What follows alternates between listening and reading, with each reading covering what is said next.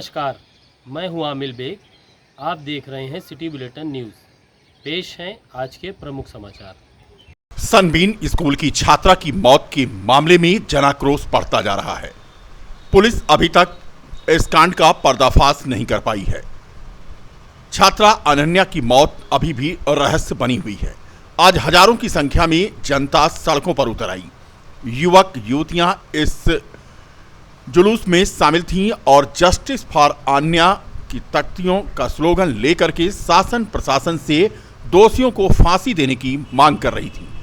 बता दें कि छात्रा की सनबीन स्कूल में छत से गिरकर मौत हो गई थी। प्रबंधक, गेम टीचर और प्रधानाचार्य के खिलाफ गैंगरेप, हत्या, सबूत मिटाने और साजिश रचने का मुकदमा कैंट थाने में दर्ज हुआ था। पुलिस इस पूरे मामले की अभी भी जांच कर रही है। घटना को 3 दिन बीत गए हैं, लेकिन अभी पुलिस किसी नतीजे पर नहीं पहुंच पाई है। विद्यालय की प्रधानाचार्य के फरार होने की सूचना पर पुलिस ने उसका खंडन किया और कहा कि प्रधानाचार्य पुलिस के संपर्क में है और सहयोग कर रही है। वहीं दूसरी तरफ सनबीन स्कूल पर प्रशासनिक शिकंजा कसता जा रहा है। सनबीन स्कूल की छात्रा की संदिग्ध परिस्थितियों के मौत के मामले में आज शिक्षा विभाग ने सनबीन स्कूल से कुछ सवाल पूछे हैं। 6 बिंदुओं के सवाल पर प्रतियां मांगी गई हैं, जिसमें सीबीएसई मान्यता की प्रमाणित प्रति मांगी गई है, सोसाइटी ट्रस्ट की बायोलॉज कॉपी जिस पर स्कूल बना है उसका विवरण, बैनामा, दाखिल खारिज प्रपत्र, विद्यालय की स्थापना आदि के संबंध में जिला विद्यालय निरीक्षक से अनापत्ति प्रमाण पत्र, प्रबंध समिति में शिक्षा निदेशक द्वारा नामित सदस्यों की जानकारी और कब कब उन्हें बैठक में बुलाया गया है, स्कूल में पढ़ रहे छात्र छात्राओं की सुरक्षा संबंधित क्या व्यवस्था है, इन सभी पर एक पत्र भेज करके जिला विद्यालय निरीक्षक ने जानकारी मांगी है। विद्यालय में तालाबंद है और लोग सड़क पर हैं। बेटी को न्याय दो, जस्टिस फॉर अन्या आदि की तख्तियां लेकर के लोग सड़कों पर हैं। तस्वीरें आप देख सकते हैं। आज हजारों की संख्या में जनता सड़क पर उतर आई। पिछले 2 दिनों से कैंडल जुलूस निकाले जा रहे हैं। शहर में जनाक्रोश बढ़ रहा है। पुलिस की कार्यप्रणाली पर सवाल खड़े हो रहे हैं। बता दें कि सनबीन स्कूल में 16 वर्षीय छात्रा की संदिग्ध मौत के रहस्य का पर्दा उठाने को लेकर के विभिन्न सामाजिक संगठनों और उनके परिजनों के द्वारा जुलूस निकालकर विरोध प्रदर्शन किया गया है। सीओ सिटी के द्वारा सुरक्षा का वास्ता देकर के उन्हें रोकने के बावजूद ये जुलूस आज निकाला गया। प्रशासन के रोक के बावजूद विभिन्न सामाजिक संगठन और परिजन सड़क पर हैं और न्याय की मांग कर रहे हैं। वहीं दूसरी तरफ तपस्वी छावनी के पीठाधीश्वर परमहंस आचार्य ने आज छात्रा की मौत के मामले में कहा कि दोषियों को फांसी की सजा दी जाए। मेरा मानना यह है कि उस स्कूल को ही जो है बंद कर देना चाहिए और जितने लोग दोषी पाए जाएं उनको जो है फांसी की सजा होनी चाहिए। इस तरह से जो है ये जघन्य अपराध है और अगर इनके ऊपर अगर नरम रुख अपनाया जाएगा तो अपराध बढ़ेगा। निवर्तमान कुश्ती संघ के अध्यक्ष और कैसरगंज के सांसद बृजभूषण शरण सिंह के समर्थन में संतों ने हुंकार भरी है। अयोध्या के वैदेही भवन में एकजुट हुए हैं साधु संत और 5 जून को होने वाली जन चेतना महारैली को लेकर संतों की आज प्रेस कॉन्फ्रेंस हुई। पास्को एक्ट में बदलाव को लेकर संतों ने आज बड़ी बात कही। संतों की मांग है कि पास्को एक्ट में बदलाव होना चाहिए। आज संतों का कहना था कि अगर बृजभूषण शरण सिंह दोषी हैं तो उन्हें फांसी हो जाए, लेकिन अगर दोषी नहीं हैं तो आरोप लगाने वालों को सजा मिले। श्री राम जन्मभूमि तीर्थ क्षेत्र ट्रस्ट के अध्यक्ष महंत नृत्य गोपाल दास के उत्तराधिकारी महंत कमलनयन दास ने जन चेतना के लिए बड़े संत समागम किए जाने का आज ऐलान किया। उन्होंने आज कहा कि लाखों संतों महंतों के हस्ताक्षर द्वारा प्रस्तावित प्रस्ताव राष्ट्रपति को शीघ्र ही भेजा जाएगा। हरकत करना, और जैसा कि आप देख रहे हैं उस धरने का कोई मतलब नहीं है जब अगला व्यक्ति कहता है कि हमारा कोई किसी भी प्रकार की जांच करा लो, नार्को टेस्ट करा लो। आप क्या चाहते हो? फांसी पर लटका दिया जाए कि आपके कह देने से व्यक्ति दोषी हो जाएगा, आपके कह देने से बलात्कारी हो जाएगा? इस प्रकार का दोष लगा। क्या इसमें कोई जनहित याचिका दायर करेंगे कोर्ट में, क्योंकि जो निर्णय अगर होगा तो कोर्ट से ही हो सकता है। आने वाली 5 तारीख को इस संबंध में हम सभी लोग निर्णय करेंगे।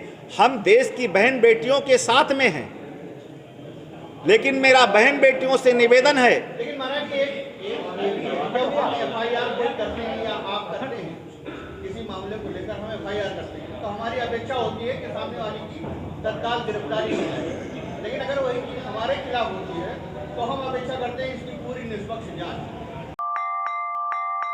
2 दिन पहले हरिपुर जलालाबाद के पास खंभे पर लाइट बनाते समय संदिग्ध परिस्थितियों में गिरकर संविदा के बिजली कर्मी कमलेंद्र शुक्ला घायल हुए थे। बाद में अस्पताल में उनकी मौत हो गई थी। गोसाई ग्रामीणों ने आज संविदा कर्मी का 100 सड़क पर रखकर विरोध प्रदर्शन किया। पूरा मामला कैंट थाना क्षेत्र के शहादतगंज का है। पुलिस ने समझा बुझा करके प्रदर्शनकारियों को आज शांत कराया और कहा कि पूरे मामले की जांच की जाएगी।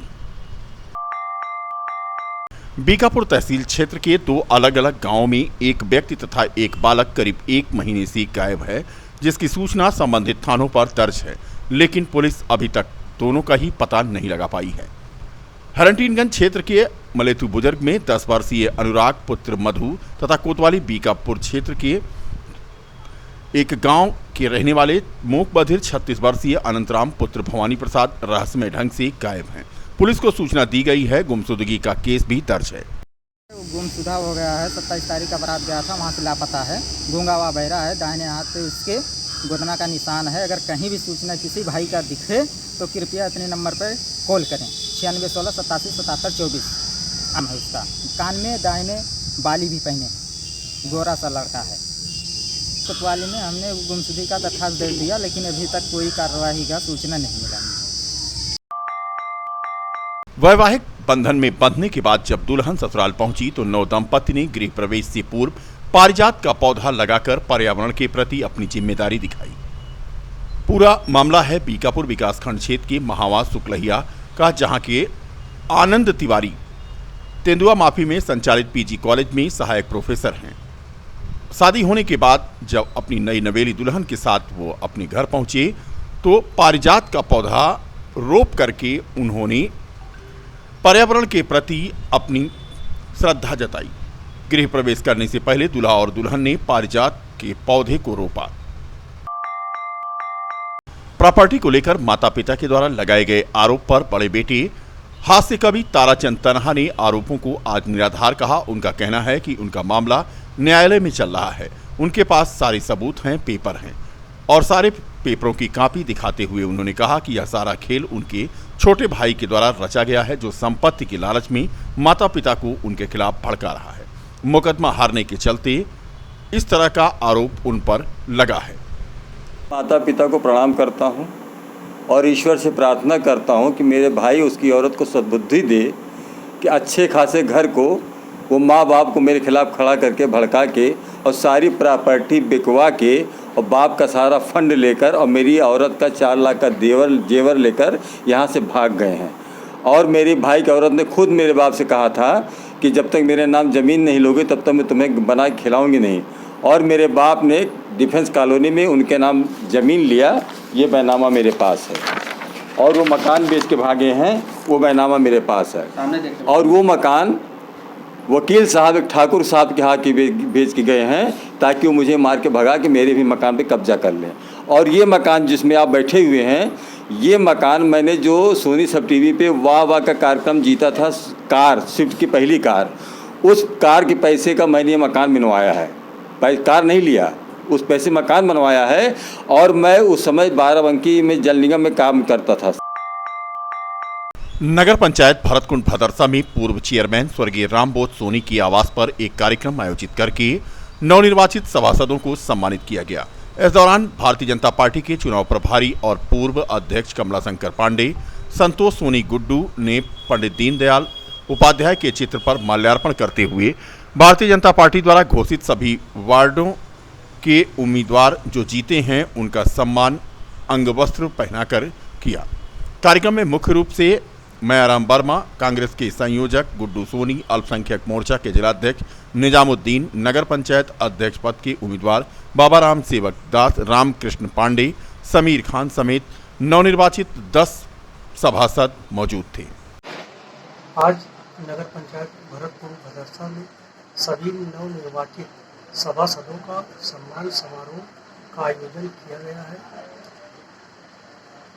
इसमें पूर्व जिलाध्यक्ष कमलाशंकर पांडे जी उपस्थित है, साथ में मंडल अध्यक्ष जी श्री अमरनाथ वर्मा जी हैं और हमारे जो चेयरमैन पद प्रत्याशी रहे हैं राम सेवक दास जी और तमाम साथ में उपस्थित हैं।